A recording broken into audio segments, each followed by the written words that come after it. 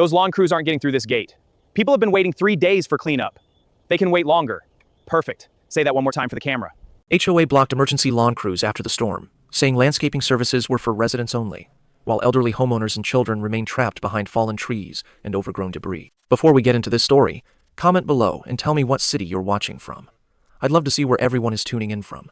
Jennifer Walsh, 42, from Gilbert, Arizona, owned a landscaping and disaster recovery company that specialized in post-storm property restoration. After a severe windstorm tore through the area, hundreds of trees came down across yards, sidewalks, and neighborhood access roads.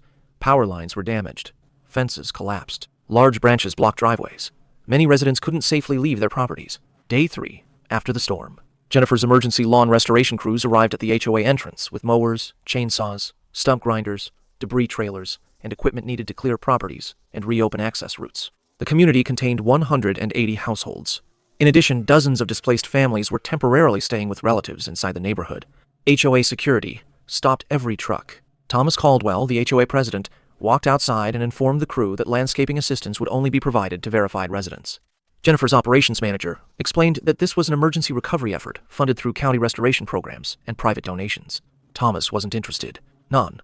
Residents don't get services inside this community, he said. The operations manager explained that several elderly residents were unable to access medical transportation because fallen trees and storm debris blocked portions of their properties. Thomas responded, "Then they can hire their own contractors." The trucks were forced to leave. Residents who had been waiting 3 days for debris removal remained trapped. One elderly homeowner couldn't get a wheelchair-accessible vehicle into her driveway because storm-damaged trees blocked access. Several families with young children couldn't safely use sidewalks because fallen limbs and debris covered pedestrian routes. Thomas claimed unrestricted landscaping operations would create confusion and security concerns. Meanwhile, lawns continued to grow unchecked. Storm debris remained scattered across properties.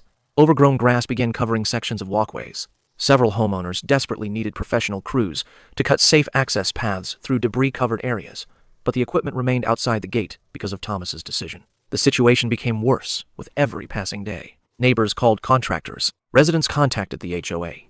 Families requested emergency assistance. Nothing changed. Thomas continued, insisting that the rules mattered more than the emergency. That was when Jennifer remembered what she actually did.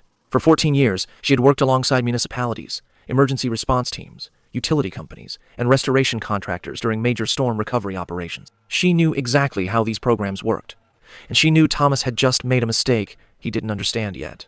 If you've ever dealt with an HOA abusing its power, follow for part 2, because that's when Thomas learned who he had just picked a fight with. If you've faced a situation like this, send him a message. He may be able to help.